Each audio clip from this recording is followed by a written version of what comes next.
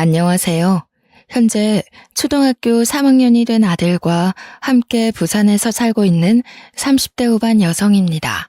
모처럼 평일 휴무라 아이를 학교에 보내고 집에서 혼자 커피 한잔하며 쉬고 있네요. 가끔씩 유튜브로 음악을 듣기도 하고 챙겨보지 못했던 드라마도 많이 보고요. 세상 사는 이야기를 듣고자 여러 사연을 많이 청취하고 있는데요. 저랑 비슷한 아픔을 가진 분들도 계신 것 같아 공감이 많이 됐습니다. 제가 겪었던 사건을 계기로 저는 성격이 많이 무뚝뚝해지고 사람에 대한 경계심이 생겼는데 이렇게밖에 될 수 없었던 마음 아픈 일이 있었죠. 10년도 더 된 일이고 아이를 생각하면 미안한 마음뿐이지만 저는 그 선택을 후회하지 않았어요. 한 사람을 사랑했고 그 사랑이 온전히 못했음을 깨닫게 된 사건이지만 인생에 큰 획을 그어준 그 이야기를 지금 들려드리고자 해요. 저는 부산에 있는 영어학원에서 강사로 10년째 근무 중에 있습니다. 오래 근무하기도 했고 선생님보다는 언니의 이미지로 많이 어필을 하다 보니 학생들 사이에서 유명해졌고 이 지역에서는 나름 유명 강사랍니다. 여자 벌이치고는 5, 600 정도 되는 높은 급여를 받고 있고요. 사실 저는 아이가 태어난 지 돌쯤 됐을 무렵 전 남편과 이혼하고 홀로 아이를 키우고 있는데요. 제가 이혼을 하게 된 기막힌 사연에 대해서 이야기를 해드릴게요. 저희 집은 대대로 변호사, 의사를 배출한 소위 말하는 사자 집안입니다. 요즘 사람들 말로 금수저라고 하던데요. 그렇다고 해서 집안 분위기가 TV 드라마처럼 엄격하고 무거운 분위기는 아니에요. 물론 분위기에 휩쓸려 공부를 해야 한다는 강요 또한 하지 않았고요. 자유분방한 편이죠. 검소하게 생활하며 쓸데없는 집안 자랑도 하지 않고 여느 평범한 가정집이었습니다. 저도 친구들과 동네 문방구에서 불량식품도 사 먹고 분식집에서 떡볶이도 먹는 말괄량의 이팔청춘 소녀였으니까요. 한 번은 어렸을 적 할아버지 생신이었을 거예요.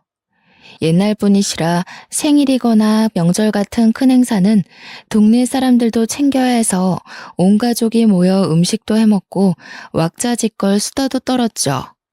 사촌 형제들이 나이가 비슷한 또래여서 외동이었던 저는 친척들이 오는 것을 좋아했었답니다. 할아버지가 형제들을 불러 훌륭한 사람이 되어야 한다고 늘 말씀하시곤 했죠. 술을 한잔 하시고는 잠시 바람을 쐬셔야 한다며 집 앞 산책을 하신다길래 제가 같이 가드렸어요. 따뜻한 할아버지의 손을 잡고 동네 골목 어귀를 거닐고 있는데 공원 벤치에 앉아 잠시 쉬자고 하셔서 근처 자판기에서 따뜻한 커피 한 잔을 가져와 드렸죠. 지훈아, 이 할아비가 늘 똑같은 말만 해서 지루하지? 노파심에 너희들에게 말을 해주다 보니 듣기 싫어할 수도 있을 것 같아서 말이오. 그래도 이 할애비가 하는 말 곡해하지 않고 잘 알아들을 수 있지? 이 할아비가 싫지 않아? 에이, 할아버지, 무슨 말씀을 그렇게 하세요? 당연한 말씀을 하신 건데요. 할아버지 말씀처럼 저희가 공부 열심히 해서 훌륭한 사람이 되어야 세상 사는 데 있어서 부족함 없다는 걸 누구보다 저희가 잘 아는걸요. 큰아빠댁이나 다른 사촌 형제들 다 그렇게 생각하고 있어요. 너무 걱정 마세요. 그렇다면 다행이구나. 난 우리 손주 녀석들이 꼰대 양반이 또 한 소리 하는구나 아니 곱게 생각할 줄 알았지. 이 늙은이가 은근히 소심하지? 왜 그러는지 이야기해 줄 테니 잘 들어봐. 그렇게 할아버지는 너털 웃음을 지으시며 말씀을 이어나가셨죠. 증조 할아버지께서는 어려서 부모님을 여의고 어느 양반집에서 머슴살이를 하셨다고 해요. 비록 집에서 심부름과 허드렛 일을 도반타 하셨지만 양반댁에서는 오갈 데 없는 어린 할아버지를 거둬주셨고 자식처럼 대해주셨다고 했는데 알고 보니 주변에서 덕망이 높기로 소문난 분들이셨대요. 부산에서 최첨단 댁 하면 누구나 알 정도로 덕망이 높은 분들이셨죠. 증조 할아버지는 그 은혜를 잊지 않으시려 누구보다 열심히 일을 하셨답니다. 1900년대 초반 증조 할아버지가 성인이 되셨을 무렵에 토지 소유권을 확립한다는 명분으로 일제가 얼토당토 않는 이유를 들어 양반들의 토지 수탈을 일삼았다고 해요. 그 양반 집은 농사를 크게 짓고 땅을 많이 가진 부자였는데 일본 놈들에게 빼앗기느니 우리가 잘 먹고 잘 살아야 쌓을 수 있다며 모든 재산을 독립자금으로 환원하고 일부는 할아버지를 비롯한 머슴살이를 하던 분들에게 나누어 주셨대요. 많은 양은 아니지만 집안을 보살펴온 솜씨로 잘 굴려서 대대손손 먹고 살 수 있게 해주겠다며 말이죠.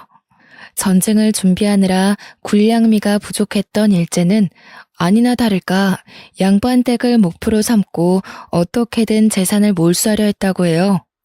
당시 논을 증여받으신 게 있는데 군량미를 확보하기 위해서 상납하다시피 일본에 넘겨졌는데 할아버지는 그 시기에 논에서 나는 쌀을 이용해 쌀 장사를 하셨다고 합니다. 일본 놈들에게 우리 먹을 것을 팔아넘기냐며 욕도 들으셨지만 그 덕분에 큰 돈을 벌어 지금까지 저희가 잘 살 수 있는 미천을 만드셨다고 했죠. 오랜 시간이 지나 광복을 맞이한 이후에는 버신 돈으로 예전 양반집이었던 터를 사들이고 제 친정이기도 한 지금의 한옥집을 지으셨고요. 내가 이렇게 너희들을 아무 탈 없이 먹여 살릴 수 있었던 건 그 양반 댁에서 베풀어준 은혜 덕분이다. 돈, 그게 다 무슨 소용이냐? 사람 됨됨이가 제일 중요한 거야. 하지만 이 각박한 세상에서 너희들이 살아남으려면 대통령까지는 아니어도 남들이 무시할 수 없는 그런 직업을 가져야 한다. 나처럼 없이 살지 말고 편하게 좀 더 떳떳하게 살 수 있도록 말이다. 자신이 없어 살았던 기억에서일까 자식들이 잘 되기를 바라셨고 자신처럼 가난을 겪거나 남의 집 살이를 하는 것을 원치 않으셨다고 합니다. 그래서 배우지 못한 게 천추의 한이 되셔서 자식들 공부를 엄격하게 가르치셨대요.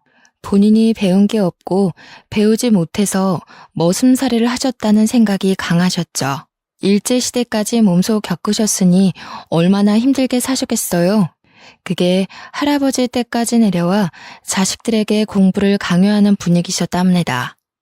강압적인 분위기가 싫었던 자유분방했던 아빠는 의사라는 직업 대신 본인이 하고 싶은 일이었던 검사가 되기 위해 법대로 진학을 하셨대요. 지금 제 부모님은 두 분 다 변호사신데요. 검사이셨던 아버지는 연수원 동기이기도 한 어머니와 함께 로펌을 차리려 검사직을 그만두셨죠. 부산에서 직원이 10명 정도 되는 작은 로펌을 운영 중이십니다. 친정 부모님은 법대생 시절 만나 졸업 후 오랜 연행 기간 후 결혼하셨어요. 아무쪼록 유복한 가정 환경에서 자란 저는 부족함 없이 유년 시절을 보냈고요. 지금 생각해보면 할아버지가 왜 그렇게 공부해라 하셨는지 이해가 될 것도 같네요. 지훈아, 요즘 고민이 많아 보이네. 고생 많지 우리 딸. 엄마 아빠는 우리 지훈이가 하고 싶은 일을 하면 좋겠다. 할아버지나 다른 어른들의 말은 중요하지 않아. 너의 의지가 제일 중요한 거란다. 항상 뒤에서 응원하고 있을 테니 너가 하고자 하는 일이 무엇인지 생각해보렴. 그렇게 생각해주니 고마워요, 아빠. 솔직히 나는 아직 무엇을 하는 게 좋을지 판단이 서질 않아요. 내가 좋아하는 것과 잘하는 것. 내가 내 인생을 잘 살아갈 수 있을까요? 그럼 그걸 말이라고 하는 거냐? 우리 지윤이가 얼마나 똑똑한 딸인데 이 아빠는 어려운 사람들을 돕고 싶어서 변호사가 된 거야. 돈으로 도와주는 것보다 사람들과 함께 부대끼며 세상에 어울려 살아가고 싶었지. 직업에 귀천은 없어. 늘 약자 편에 서서 어려운 사람들 도우며 살아가고 싶단다. 그러니 너도 네가 정말 좋아하는 일을 했으면 하는구나. 저한테 늘 용기 주셔서 고마워요, 아빠. 내가 지금은 아니지만 꼭 훌륭한 사람이 돼서 엄마 아빠 호강시켜드릴게요. 우리 지윤이 그동안 고생 많았어. 어른들이나 친척들이 엄마 아빠 따라서 법대 가야 한다고 고집을 부려도 너는 너의 주관대로 살아가 줬으면 해. 너가 하고 싶은 것을 하며 사는 게 우리의 바람이야. 착한 우리 딸. 사실 저는 외국어를 배우는 것을 좋아해 어학 관련 자격증이 많았어요. 언어를 배운다는 것은 상당히 흥미가 있었고 언어를 통해 얻는 게 많다고 생각이 됐죠. 그래서 불어, 영어, 일본어 등 3개의 국어를 잘 소화할 수 있었어요. 아버지의 조언 덕분에 저는 제가 하고 싶은 일을 찾기 위해 갖은 노력을 했어요. 덕분에 영어 영문학과로 진학해 영어 선생님에 대한 꿈을 가지게 되었죠. 부모님이 지원을 많이 해주시긴 했지만 틈틈이 아르바이트를 해서 용돈과 학비에 보탰습니다. 아르바이트는 출판사에서 번역을 하는 업무였는데 아주 재미있었고요. 졸업 후에는 서울에 있는 강남의 한 학원에서 영어 강사로 일하게 됐는데요. 주말에는 노인복지회관의 검정고시를 준비하는 어르신들에게 영어도 가르쳐 드렸습니다. 누군가에게 제가 갖고 있는 지식을 알려주는, 가르쳐주는 일이 재미있고 보람됨을 느낀 건 처음이었어요. 손녀가 가르쳐주는 것 같다며 어르신들도 열심히 배우려고 하셨죠. 학원에서 처음에는 직장인 반을 담당했는데 거기서 전 남편을 만났습니다. 남편은 제약회사에서 근무하는 직장인이었고 영어를 배우기 위해 학원을 등록했다고 했죠. 남편과 나이도 같고 생긴 것도 곰처럼 둥글둥글하게 생겨서는 인상이 선했어요. 선생과 제자, 때로는 친구로 이야기를 하다 보니 자연스레 연락처를 주고받으며 연인 사이로 발전하게 됐습니다. 지윤아, 우리 이제 슬슬 결혼을 생각해보는 건 어떨까? 너랑 나도 이제 곧 30이고 자리도 어느 정도 잡았는데 연애 그만하고 나랑 결혼해서 행복하게 살자. 내가 가진 건 없지만 너 평생 행복하게 해줄 자신은 있어. 도훈 씨, 나도 결혼을 긍정적으로 생각하긴 하는데 우리가 과연 잘 살 수 있을까? 마음의 준비가 되지 않은 것 같아서 말이야. 뭐? 나는 너랑 만나는 그 순간부터, 아니, 만나오면서 결혼을 해야겠다고 생각했어. 우리 나이도 나이지만 만날 시간도 오래됐잖아. 결혼을 하면 조금 더 안정적으로 삶을 살아갈 수 있지 않을까? 3년의 연애 기간이 있었고 나이도 나이인지라 자연스레 결혼 이야기가 오고 갔습니다. 저는 집안에 대해 이야기를 하는 것을 별로 좋아하지 않았기 때문에 굳이 말할 필요성을 느끼지 못해 말을 하지 않았어요. 부모님이 로펌을 운영하고 계신다던가 사자 집안이라던가 그게 중요한 건 아니잖아요. 남편은 그저 부산에서 작은 법률사무소 하나를 운영하고 계신다고 알고 있었거든요. 남편에게 들은 시댁은 정말 평범한 집안이었어요. 공무원이시던 시아버지는 퇴직 후 아파트 경비를 하고 계셨고 시어머니는 시아버지의 연금을 받으며 생활하시는 여느 가정주부셨고요. 서울에 낡은 아파트를 한 채 갖고 계시고 노후 자금을 어느 정도 마련해 놓으신 상태라고 하셨습니다. 결혼하는데 문제될 건 없겠다 싶어 청혼을 받아들이고 서로의 집에 인사를 가게 됐죠. 어머, 어서 와요. 손이 고운 걸 보니 집에서 굉장히 귀하게 자랐나 봐요. 일을 하나도 안 해본 손이야. 돈이 많은 집안이어서 가정부를 쓰나? 이래가지고 우리 결혼하고 제대로 밥은 차려 먹을 수나 있겠어? 안녕하세요. 처음 뵙겠습니다. 이지윤이라고 합니다. 도훈 씨와 좋은 감정으로 잘 만나고 있어요. 말씀은 많이 들었습니다. 인사드리게 돼서 죄송합니다. 결혼은 어떻게 할 거야? 모아둔 돈은 좀 있고? 나이도 나이인지라 직장 생활한 지 꽤 됐으니까 돈 걱정은 하지 않아도 되겠지? 우리 집안이 공무원 집안인데 아들만 유별나지 뭐야. 그래도 그 유명한 제약회사에 떡하니 붙어서 들어갔는데 이 정도면 어딜 내놔도 아깝지 않지. 시댁에 처음으로 인사를 드리러 간 날이었는데 사실 저는 조금 어이가 없었습니다.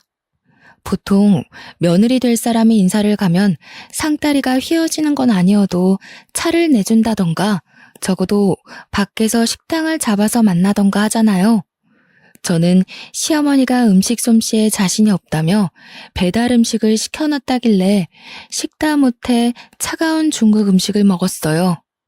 나름 신경 써서 주문했다며 먹어보라고 권해주는데 정남이가 뚝뚝 떨어지는 거 있죠. 내가 고작 이런 취급을 받아야 하나, 아니면 날 시험하시나 그런 생각도 들었습니다. 게다가 돈은 얼마나 있냐, 손이 고운 걸 보니 집안일을 해본 적이 없겠다 하시면서 가정교육이 중요하다 하시는 말씀을 듣고는 빈정이 상해버렸어요. 처음 본 사람에게 할 말은 아니라고 생각했지만 어른들 앞이니 참고 또 참았습니다. 결혼 전에 인사드리러 가면 예민해진 상태라 다들 그러면서 결혼 준비를 한다고 하길래 저만 이런 게 아니구나 하고 좋은 게 좋은 거라 생각하며 넘어갔고요. 또 제가 친정은 부산이라고 하니 약간 촌동네 취급을 하더라고요. 서울의 아파트 한 채 값이 얼마인 줄 아냐면서 서울의 아파트 구할 돈은 있냐며, 직장이 서울이라 서울에 집을 구하면 자신이 자주 들러 가르쳐줘야겠다는 둥 말씀을 하셨죠. 아랫지방이니 뭐니 하며 없는 사람 취급해서 자존심도 조금 상했습니다. 그렇게 어이없는 시댁 방문을 마무리 짓고 며칠 뒤 남편과 친정에 가기 위해 고속도로 휴게소에서 커피 한 잔을 하며 미리 일러두었어요. 혹여나 나중에 시댁에서 합가를 원한다든지 시댁 근처에 집을 구하길 바란다든지 신혼집에 불시 혹은 너무 자주 방문하는 것 또한 자제해줬으면 한다고 말이죠. 자기, 하나만 약속해. 우리 결혼하면 어차피 서울에 집을 구해야 하는 건 맞아. 하지만 나는 신혼집에 어머니 자주 오시는 거 원치 않아. 물론 자주 찾아뵈야지. 그렇지만 미리 말하지만 합가를 한다던가 그런 이야기는 애초에 하지 않았으면 해. 그거 약속 안 되면 나 이 결혼 진지하게 다시 생각해 볼 거야. 그래도 결혼하면 엄마가 많이 도와주신다고 하니까 괜찮지 않을까? 자기가 너무 예민하게 생각하는 것 같은데. 일단 알겠어. 약속할게. 집안 대 집안이 만나는 일륜지대 사이지만 결국 우리가 하는 결혼이야. 부모님들이 하시는 결혼이 아니고 결국 우리가 스스로 꾸려나가야 하는 거지. 난 되도록이면 양쪽에 손을 벌리지 않고 힘들더라도 우리 힘으로 했으면 해. 그랬더니 잠시 똥 씹은 표정을 하더니 알았다고 하는 겁니다. 그걸 보는 저 역시 찜찜했지만 남편을 사랑했기에 남편 하나만 보고 그 약속을 믿었어요. 지금 생각해보면 저는 참 모질이었네요. 위에서 먼저 말했듯이 저희 집은 한옥집인데 서울에 있는 북촌 한옥마을 분위기라고 하면 아실까요? 증조할아버지 때부터 짓고 살아온 집터라 외관은 조금 낡았지만 고급스러움이 묻어나는 집이었습니다. 가끔은 방송사에서 드라마 촬영 장소로 문의도 많이 들어오기도 하고요. 남편은 저희 집 입구에서 조금 놀라는 표정을 짓더니 이내 건강한 모습으로 들어갔어요. 부모님은 잘 왔다며 살갑게 맞아주셨고 식사와 차를 대접해 주셨죠. 그제서야 남편은 우리 집안의 분위기, 재력 상황 등에 대해 대충 파악을 하는 눈치였어요. 막상 실제로 저희 집을 보니 예사집이 아니었구나 생각했겠죠. 신기하게도 저희 집에 인사를 다녀오고 난 뒤 남편과 시댁은 시간 끌 거 없다며 쇳불도 단김에 빼랬다고 결혼 진행을 서두르자는 뉘앙스를 풍겼습니다. 저는 남편과 양가의 손을 벌리지 않고 결혼 준비를 하고 싶었어요. 한사코 거절했는데도 불구하고 하나밖에 없는 소중한 딸에 결혼하는데 이 정도도 못 해주냐며 반강제적으로 강남에 제 명의로 30평짜리 아파트 한 채를 마련해 주셨어요. 결혼 선물이라며 마음 쓰지 말라고 하셨지만 저는 받기만 하는 것 같아 죄송할 따름이었습니다. 미리 신혼집에 들여놓을 혼수를 보러 다니는데 시어머니는 이런 게 좋다더라 저런 게 좋다더라 하며 혼수를 두기 시작했습니다. 나중에는 본인이 아는 사람이 있으니 알아서 구매하게 카드를 달라고까지 하셨고요. 정중하게 거절했더니 역시나 똥 씹은 표정으로 그저 알겠다고만 할 뿐이었죠. 예, 준비는 잘하고 있니? 냉장고는 요즘 모니터도 되는 게 있다더라. 가전은 무조건 최신형으로 사야 한다. 괜히 좋은 게 아니잖니. 그리고 김치 냉장고는 필수로 사야 하는 거 알지? 이왕 사는 거 좋은 거 사라고 알려주는 거야. 너무 부담 갖지 말고 어른이 경험으로 하는 말이니 다 새겨들어. 그렇게 몇 개월의 시간이 흘러 저희는 결혼식을 올렸습니다. 허니문 베이비가 생겨 신혼을 즐길 틈도 없이 저는 아이를 임신하게 됐죠. 임신을 하고 몸이 좋지 않아 결국 강사 일을 그만두고 집에서 재택근무를 했습니다. 대학 시절 아르바이트를 했던 출판사와의 인연이 닿아 번역을 하는 일을 할 수 있었죠. 임신 중에는 스트레스를 받으면 안 된다고 시어머니가 조금 덜 찾아오는 듯 했습니다만 그건 저의 크나큰 오산이었죠. 명분이 없어 오지 못하셨던 것뿐이고 아이가 태어나고부터는 손주가 보고 싶다는 핑계로 제 집 드나들듯 하는 거 아니겠어요? 정말 하루 걸러 한 번 일주일에 4, 5일은 오시는 것 같았어요. 매일 출근 도장을 찍으셨죠. 밤낮 바뀌어가며 육아와 일을 병행하는 탓에 몸이 너무 피곤하고 꼴이 말이 아니었습니다. 문제는 남편과 사전에 약속한 부분인데 지켜지지 않고 있어 짜증이 났습니다. 한 번은 밤을 꼴딱 새고 모유 수유를 하고 잠든 아기 옆에서 겨우 쪽잠을 자나 싶었는데 너무 자연스럽게 비밀번호를 누르고 들어오셔서는 커피와 다과 좀 내오라고 하시는 거예요. 집 비밀번호는 어떻게 하셨냐 물으니 남편이 편하게 다니라며 알려줬다지 뭐예요.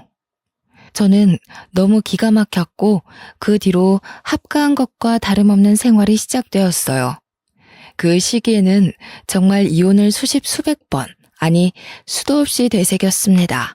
바보같이 아무 말도 안 하고 있었냐고요? 그럴 리가요. 저도 이렇게는 도저히 못 살 것 같아 시어머니께 정중하게 말씀드렸죠.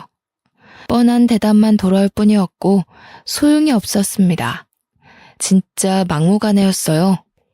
내가 엄마가 돼서 우리 아들 집에 온다는 게 뭐가 문제니? 우리 귀한 손주 보러 오는 거니까 너는 너 볼일을 보면 되지 않니? 나 신경 쓰지 말고. 그리고 내 고등학교 동창들이 도훈이가 성공했다고 사는 집 좀 구경하고 싶다길래 내가 와서 식사라도 하고 가라고 했다. 괜찮지? 설마 했는데 정말로 고등학교 동창분들이 오셨어요. 이제 겨우 3개월 된 아기라 외부와의 접촉을 조심해야 하는 시기고 저도 몸조리가 덜 끝난 시기라 재택근무를 하지만 일을 하고 있는 입장이어서 너무 난감했습니다. 가지가지 한다라는 말을 정말 입 밖으로 내뱉고 싶었습니다. 아이를 생각하며 정말 이악 물고 겨우 버티다가 시어머니가 늦은 밤 집으로 돌아가시고 그때 처음으로 남편과 다툼을 했어요. 도훈 씨, 내가 결혼 전에 말했잖아. 너무 자주 찾아오시거나 하는 일 없었으면 한다고. 지금 이게 합가랑 다를 게 뭐야? 아직 아기도 어린데 손님들 잔뜩 데리고 오시고 어머니 오시면 손도 안 씻고 수호 만지시잖아. 난 되게 불편해. 그리고 이 집 우리가 살고 있긴 하지만 엄연한 내 집이야. 편하게 쉴 권리가 있는 내 공간이라고. 뭐? 그래, 당신 명의로 된 집이지. 그래도 엄마가 얼마나 자랑하고 싶었으면 그랬겠냐? 조금 이해해 줄 순 없어? 왜 이렇게 예민하게 구는 거야? 그냥 당신이 조금만 양보하면 안 돼? 와서 수호도 봐주시고 편하잖아. 그리고 자꾸 자기 집 명의 어쩌고 하는데 엄마는 이 집 공동명인 줄 알아. 그래서 나랑 수호는 안중에도 없다 이거야? 한마디 상의도 없이 집 비밀번호를 알려드려서 아무데나 찾아오시질 않나. 나 샤워하고 있거나 그럴 때 얼마나 난감한 줄 알아? 그놈의 집이 뭔 대수라고. 당신도 너무한다 진짜 너무해. 엄마한테는 내가 잘 말해볼 테니까 당신도 조금은 이해해줘. 집 얘기를 하자 남편의 표정이 어두워지더군요. 제 집이라는 사실에 자존심이 상했는지 시어머니께는 저희가 모은 돈 그리고 남편이 대출을 받아 마련한 집이라고 거짓말을 했나 보더라고요. 그러니 그렇게 시어머니가 찾아오실 수밖에요. 며칠이 지나고 모유 수유를 하고 있는데 아니나 다를까 비밀번호를 멋대로 누르고 들어오셨어요. 오자마자 드라마에서 보던 잔소리를 시전하시는 게 아니겠어요? 저는 대꾸할 힘도 없어 그저 대답만 하고 있을 뿐이었어요. 아니, 대답하고 싶지 않았죠. 예, 아무리 애 보고 일한다 치지만 집안 꼴이 너무 엉망이지 않니? 시애미가 왔는데 가만히 앉아서 왔냐고 대꾸라도 해야 하는 거 아니니? 모유 수유는 또 자세가 왜 그 모양이야. 다 하면 저녁 준비 좀 하거라. 오늘 볼일을 좀 보고 왔더니 너무 배고프다 얘. 그런데 정말로 문제인 건 이러한 행동을 남편이 있을 땐 하지 않으신다는 겁니다. 어떻게 하는지 출장을 가거나 야근을 할 때만 오셔서는 저렇게 난리신 건지. 저는 너무 스트레스를 받아 시어머니가 돌아가신 뒤 친정 부모님께 이야기를 했어요. 그랬더니 다음날 아침 비행기로 바로 서울에 올라오시더라고요. 일부러 남편이 일찍 퇴근할 때까지 기다리셔서는 왜 이렇게 늦게 오냐며 밥은 할 줄 아냐고 아기 기저귀는 갈 줄 아냐면서 쉴 틈 없이 잔소리를 하셨어요. 당연히 시어머니도 와 계셨고 저희 부모님이 계신 걸 보고 놀라신 눈치셨고요. 육아는 같이 해야 한다며 시어머니가 있든 없든 남편을 다그치셨는데 얼마나 꼬숩던지 속이 다 후련했습니다.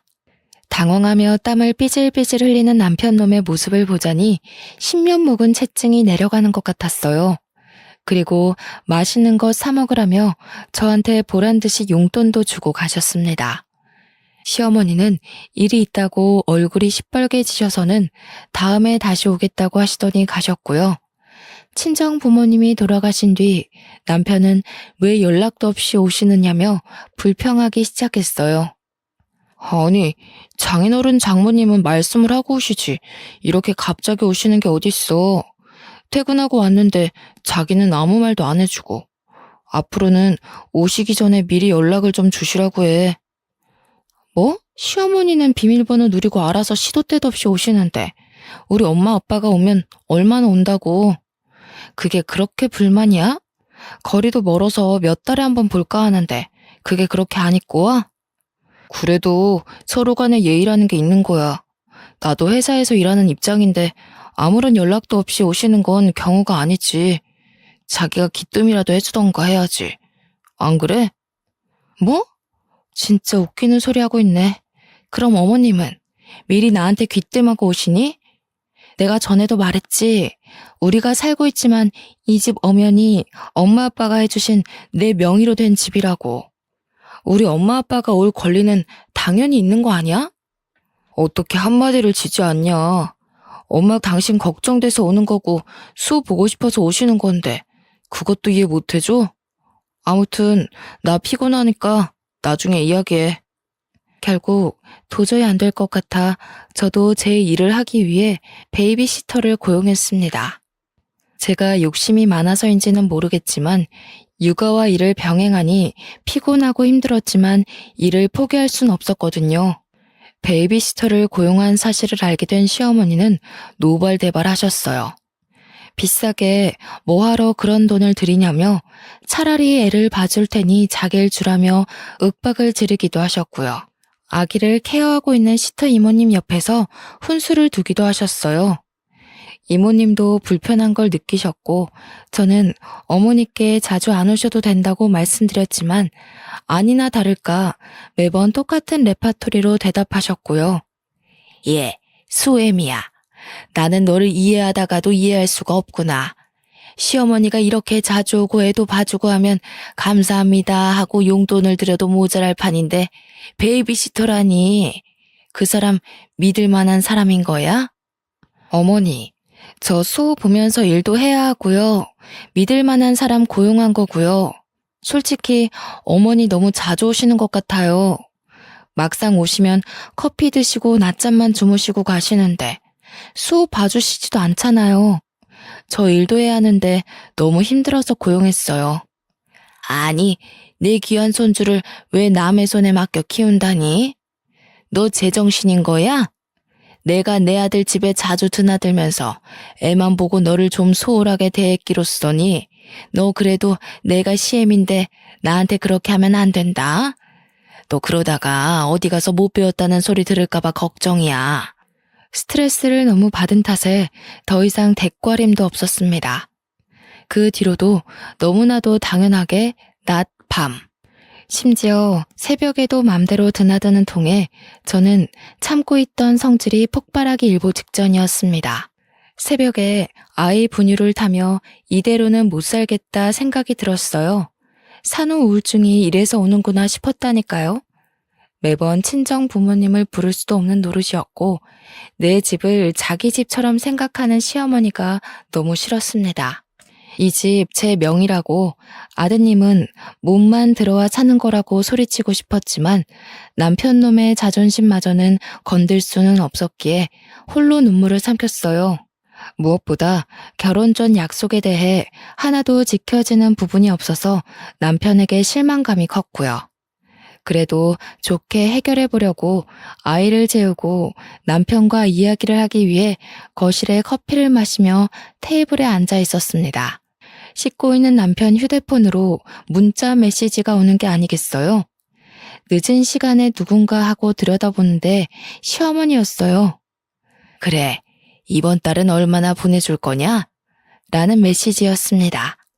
잠가놓지 않았기에 궁금했던 저는 메시지를 들여다보았어요. 남편과 시어머니가 나눈 대화 내용은 아주 기가 찼습니다. 결혼하고 혼인신고하고 아이까지 있으니 지가 뭘 어쩔 거냐면서 심호알기를 우습게 한다는 둥 돈만 많으면 뭐하냐며 저를 흉보는 메시지가 가득했거든요. 더군다나 수시로 돈이 빠져나간 출금 기록 문자들도 덜어 있었고요. 혹시 몰라 빠져나간 내역을 살펴보니 공동생활비 통장이었습니다. 남아있는 금액도 너무 터무니없었지만 매번 적게는 몇십만 원, 크게는 몇백만 원이 출금된 기록을 보고 화가 났어요. 그것도 시어머니 이름으로 된 계좌로요. 너무 기가 막힌 탓에 남편이 나오자마자 쏴붙였어요. 자기, 이거 뭐야? 우리 모은 돈 다 어디 있어? 왜 나한테 한마디 상의도 없이 돈을 쓴 거야? 어디에 썼어 도대체? 이 통장에 왜 이거밖에 없냐고. 설명을 좀 해봐. 그게 사실 엄마 드렸어. 전세금 올려달라는데 돈이 없다고 하셔서 조금 보태드렸고.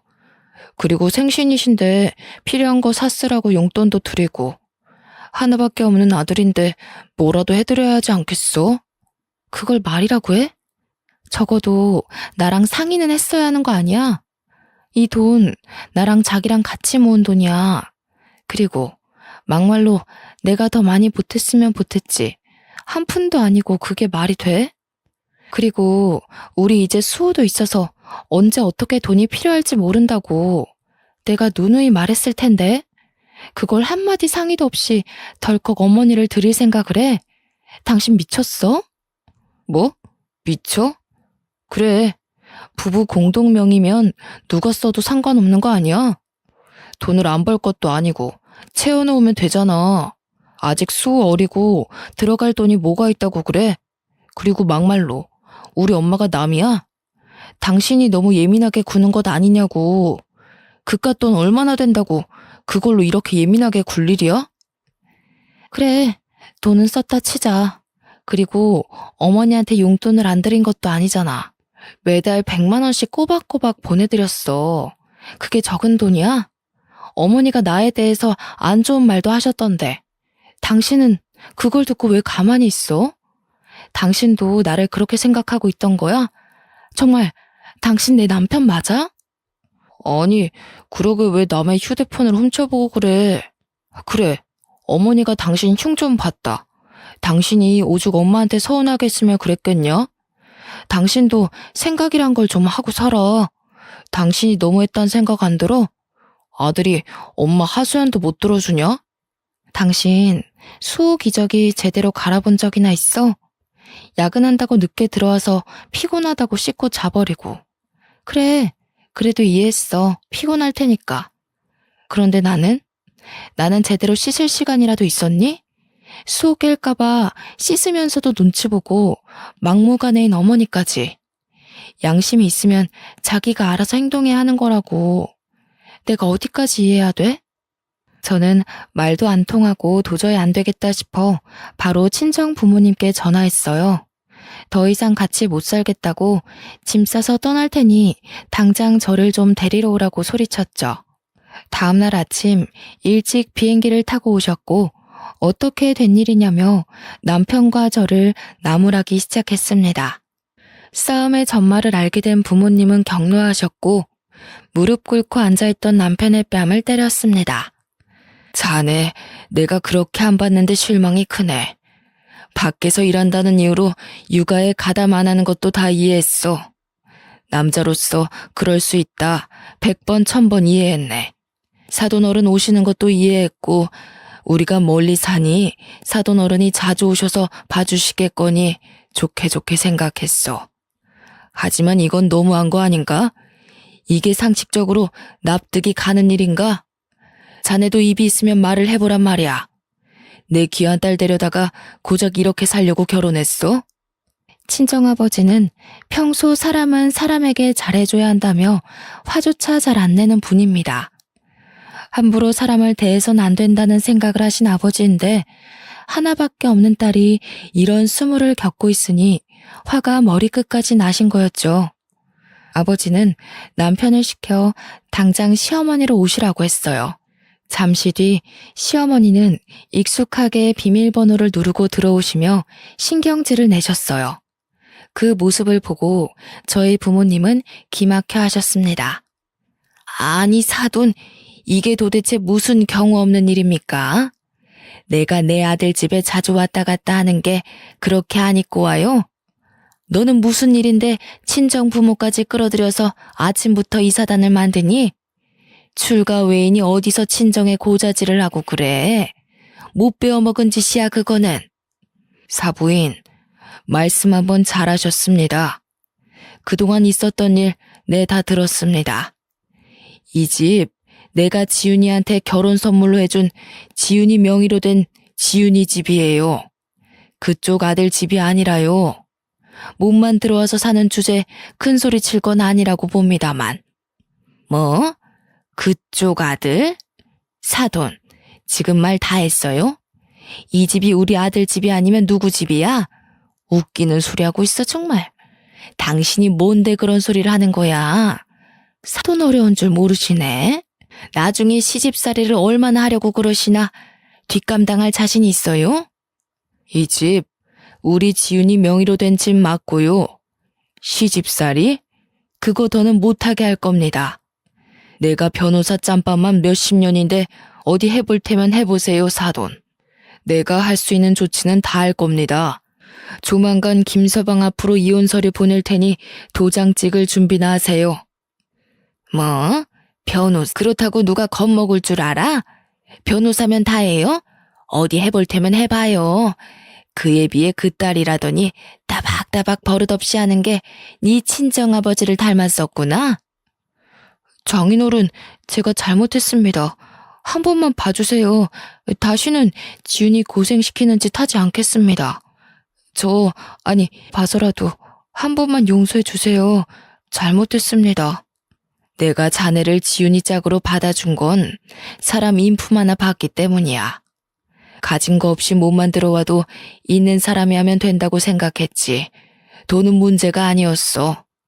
자네 하나 믿고 하나밖에 없는 내 귀한 딸 시집 보냈는데 이런 취급 받으면서 산다고 하면 내 가슴이 얼마나 찢어지는지 아나? 자네 그렇게 하는 거 아닐세. 난 이 결혼 물을 테니 마음의 준비하고 있게. 얘 도훈아, 너 나한테 이 집 네가 산 거라며. 네가 모은 돈으로 대출 껴서 겨우 샀다며. 돈 별로 안 들어갔다고 마음대로 오라고 그랬잖아. 너 엄마한테 거짓말한 거니?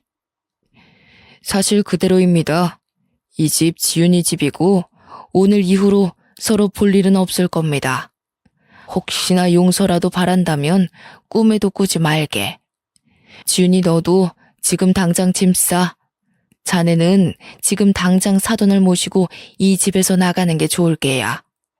부모님이 변호사라는 사실을 뒤늦게 한 시어머니는 뒷목을 잡고 휘청거렸습니다. 엄포를 놓는 아버지 앞에서 꿀먹은 벙어리가 된 남편은 시어머니를 모시고 시댁으로 갔고요. 그 뒤로 더 말할 것도 없다며 앞으로 살 길이 내다 보인다고 바로 이혼 서류를 준비했죠. 저는 그 길로 부모님을 따라 간단한 짐을 챙겨 부산으로 내려가며 부동산에 신혼집을 내놓았습니다. 더 이상 살 가치가 없는 집이었고 부모님이 사주신 소중한 집이었지만 부모님도 그렇게 더럽혀진 집 더 이상 살 가치가 없다며 처분하라고 하셨어요. 시어머니는 그제서야 미안하다며 사과를 했지만 저의 결심은 변하지 않았고요. 저는 바로 이혼 서류를 준비해 남편의 짐과 함께 시댁으로 보냈어요. 남편은 미안하다며 시어머니와 함께 부산에 찾아오기까지 했지만 매몰차게 대했어요. 그동안 몰래 쓴 돈까지 뱉어내고 싶지 않으면 조용히 이혼 서류에 도장을 찍으라고 엄포를 놨죠. 처음에는 위자료와 재산 분할을 청구할 거라며 이혼 소송을 하겠다며 완강하게 버텼지만 저희 부모님이 누굽니까? 변호사시잖아요. 말할 형편되면 얼마든지 하시라고 엄포를 놓으셨죠. 그럴 형편이 되질 않았던 시어머니와 남편은 결국 이혼 서류에 도장을 찍었고요. 그 뒤로도 아이가 보고 싶다며 연락을 취해오긴 했지만 그조차 허락을 하지 않았습니다. 남편은 육아에 대한 기여도가 전혀 없었고 아이를 핑계로 어떻게 해볼 속셈인 걸 저는 뻔히 알고 있었기 때문이었죠. 1년쯤이 지났을 무렵 시아버지가 연락이 오셔서는 저에게 사과를 하셨고 아이의 근황이 궁금하다며 사진을 보내줄 수 없냐시길래 몇 장 보내드렸는데요. 시아버지는 고맙다며 괜한 못난 집안의 시집와 고생만 하다가 가서 자신이 미안하다고 다시는 연락을 하지 못하게 하겠다고 하셨죠. 사실 이혼을 하고 난 뒤에도 간간히 아이를 핑계로 남편과 시어머니가 연락을 해왔거든요. 어찌된 일인지 그 이후로는 시댁과 일체 연락을 하는 일이 없었습니다. 지금은 시간이 지나 저도 많이 안정이 되고 괜찮아졌는데요. 아이에겐 미안하지만 그때 이혼하지 않았으면 아마도 지금까지 불행하게 살았을 거예요. 아이에게 좋은 것만 보여주고 싶고 들려주고 싶은 거 모든 부모의 심정이잖아요. 아무쪼록 그 이후로 저는 부산에 정착해 살며 영어 학원 강사 일을 다시 시작했어요.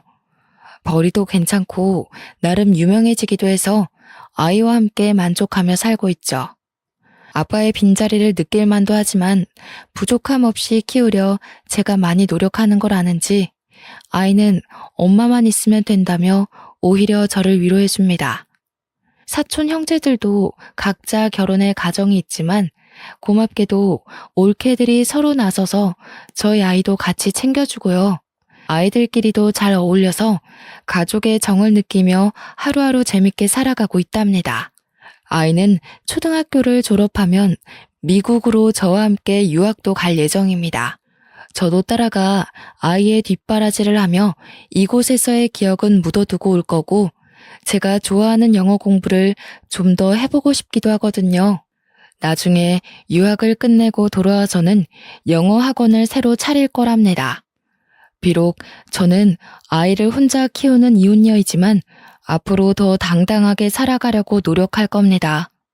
그게 저와 아이를 위한 길이기도 하고요. 제 인생에는 밝을 날만 가득할 거라고 굳게 믿고 있어요. 제 긴 사연을 읽어주셔서 감사합니다. 여러분도 항상 행복하시길 바래요.